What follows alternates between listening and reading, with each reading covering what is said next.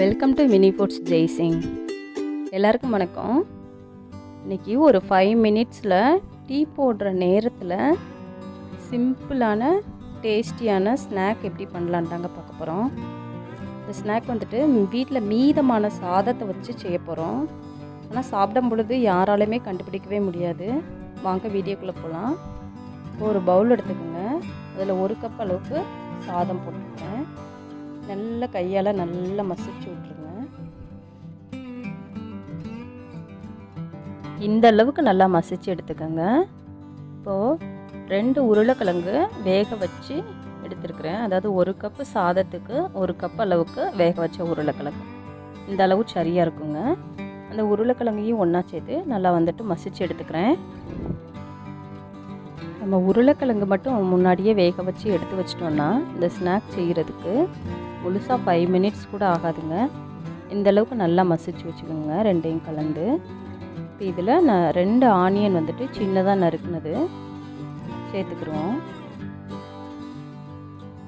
கொத்தமல்லி தழை, சின்னதாக நறுக்குன கொத்தமல்லி தழை இதில் கொஞ்சம் தேவையான அளவு சேர்த்துக்குருவோம். சின்னதாக நறுக்குன கருவேப்பிலை,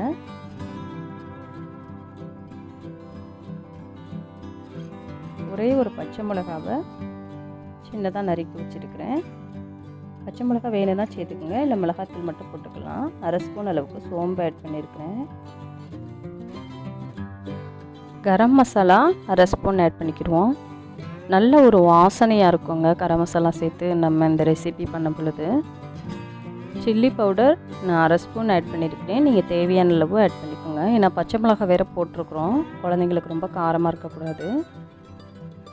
மஞ்சள் தூள் வந்துட்டு கொஞ்சமாக ஆட் பண்ணிக்கோங்க. ஏன்னா சில்லி பவுடர்லாம் இருக்கனால அதுவே ஒரு கலர் கொடுக்கும். எக்ஸ்ட்ரா கொஞ்சம் மஞ்சள் தூள், தேவையான அளவுக்கு வந்துட்டு உப்பு ஆட் பண்ணிக்கோங்க.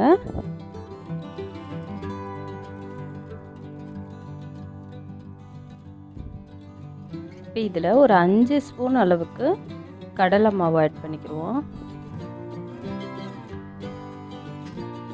1 ஸ்பூன் அளவுக்கு கார்ன்ஃப்ளவர் மாவு, சோள மாவு. இது ஆப்ஷனல் தான். போட்டால் நல்லா வந்துட்டு ஒரு கிறிஸ்பாக இருக்கும். இல்லாட்டினாலும் பரவாயில்ல, விட்டுருங்க. எல்லாத்தையும் சேர்த்து நல்லா மசிச்சு எடுத்துக்கலாம். தண்ணி எதுவும் விட வேண்டாம். தண்ணி விடாமல் நல்லா வந்துட்டு கைட்டியே மசிச்சு எடுத்துக்கோங்க. இங்கே தண்ணி விடாமல் மசிச்சு எடுத்தாலே இந்த அளவுக்கு வந்துடுங்க. இப்படி கையில் உருண்டை பிடிக்கிற பதத்துக்கு வரும். இது போல் நீங்கள் வந்துட்டு ஒவ்வொன்றா பிரித்து எடுத்து தனித்தனி உருண்டையாக பிடிச்சி வச்சுக்கோங்க. இதில் பால் கவர் ஏதாவது எடுத்துகிட்டு லைட்டாக எண்ணெய் தடவி நம்ம கட்லெட் தட்டுவோம் இல்லையா, அது போல் வந்துட்டு தட்டி தோசை தவலை போட்டு எடுக்க போகிறோங்க.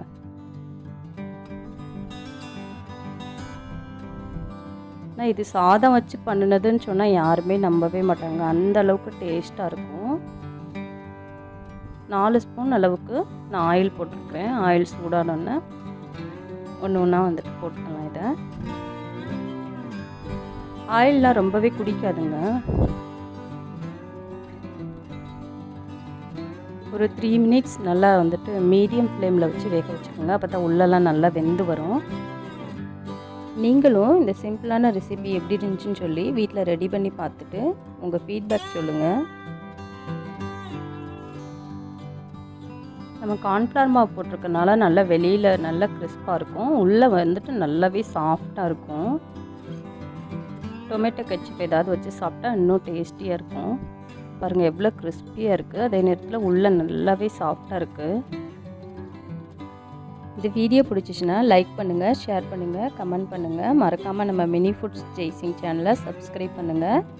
பக்கத்தில் இருக்கிற பெல் பட்டனை ப்ரெஸ் பண்ணுங்கள். அப்போ தான் நான் போடுற எல்லா வீடியோவோட நோட்டிஃபிகேஷனும் உங்களுக்கு வரும். தேங்க்ஸ் ஃபார் வாட்சிங்.